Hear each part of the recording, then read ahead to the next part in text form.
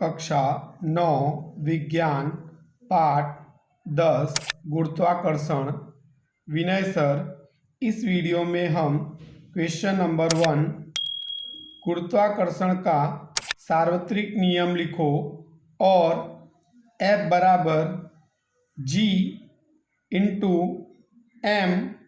Into M upon D square सिद्ध करो। इसका अर्थ ये होता है कि गुरुत्वाकर्षण का सार्वत्रिक नियम लिखो और F बराबर capital G into capital M into small m upon D square सिद्ध करो।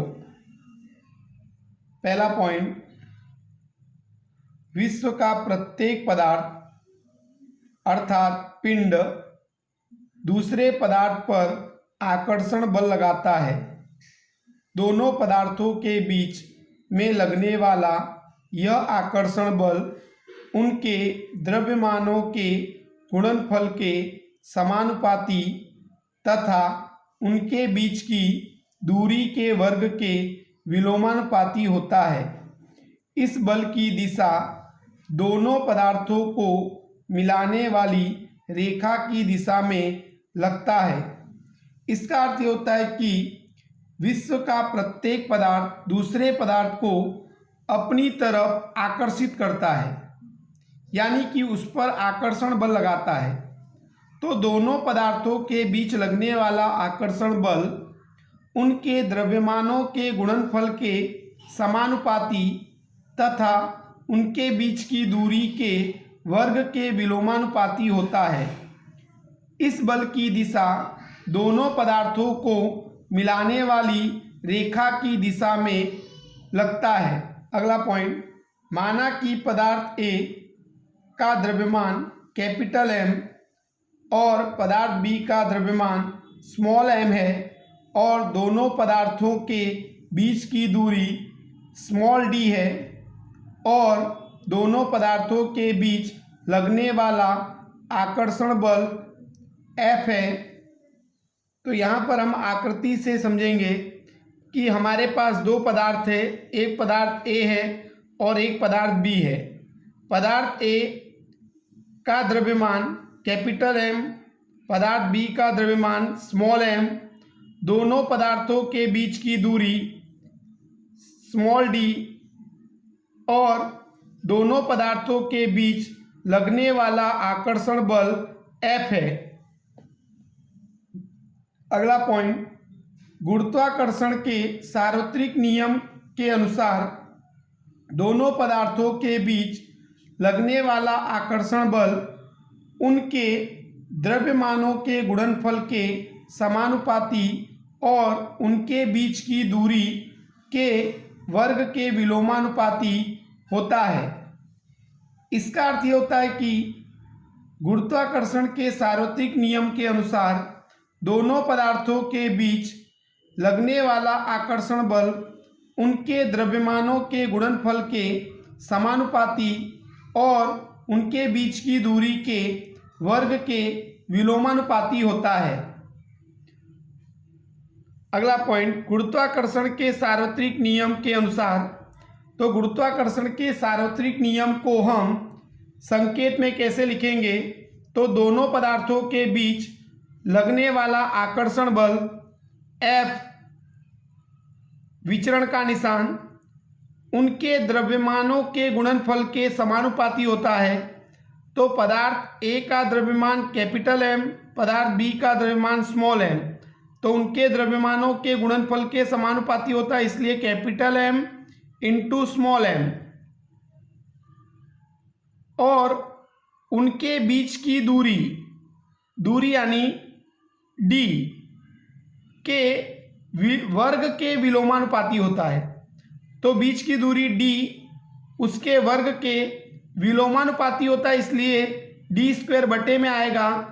तो यहाँ पर सूत्र बनेगा F विचरण capital M into small m upon D square. अब यहाँ पर हम विचरण का निशान हटाकर बराबर का निशान लगाते हैं, तो कोई एक अचलांक हमको लिखना पड़ता है। तो यहाँ पर हम अचलांक कैपिटल जी लिखेंगे।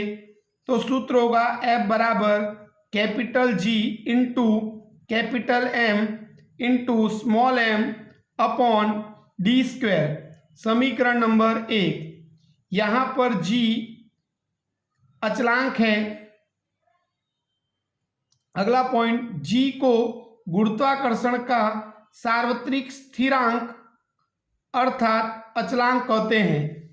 इसका अर्थ ये होता है कि इस सूत्र में कैपिटल जी ये गुरुत्वाकर्षण का सार्वत्रिक अचलांक है। अब यहाँ से हम इस सूत्र से कैपिटल जी को सूत्रकर्ता बनाएंगे।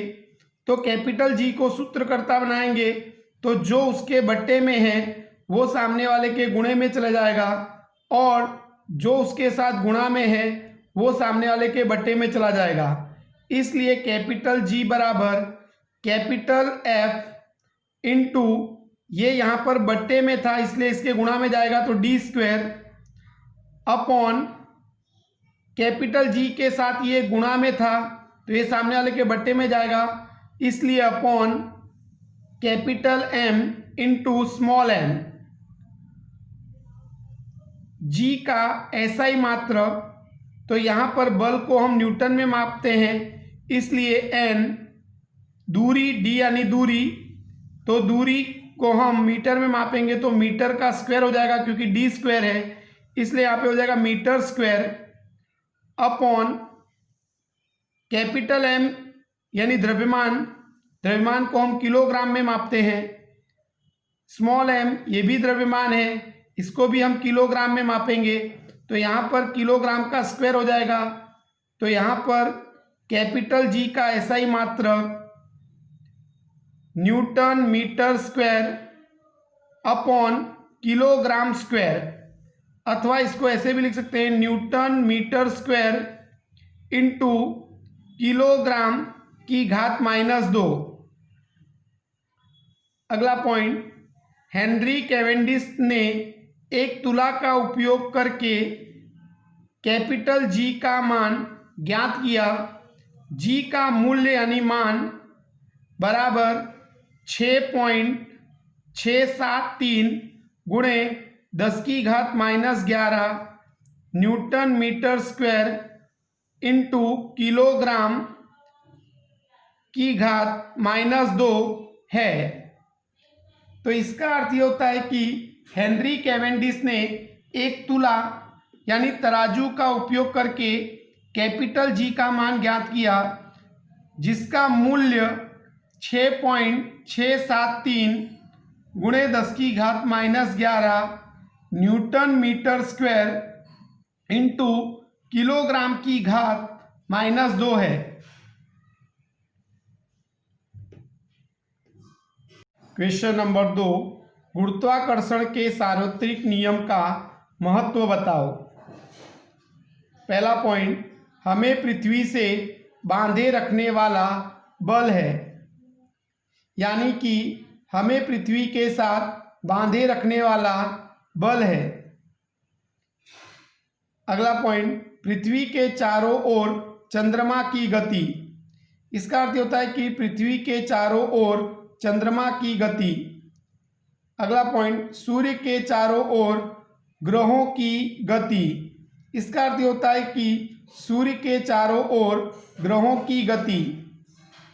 अगला पॉइंट, चंद्रमा और सूर्य के कारण ज्वार भाटा। इसका अर्थ होता है कि चंद्रमा तथा सूर्य के कारण ज्वार भाटा। क्वेश्चन नंबर 3, अभिकेंद्र बल अथवा केंद्रगामी बल किसे कहते हैं।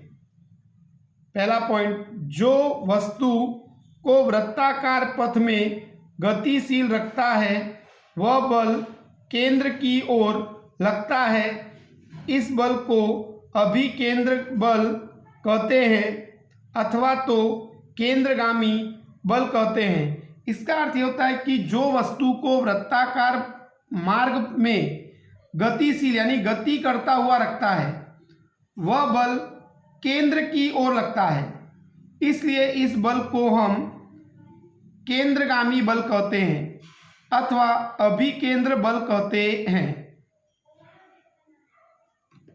Thank you.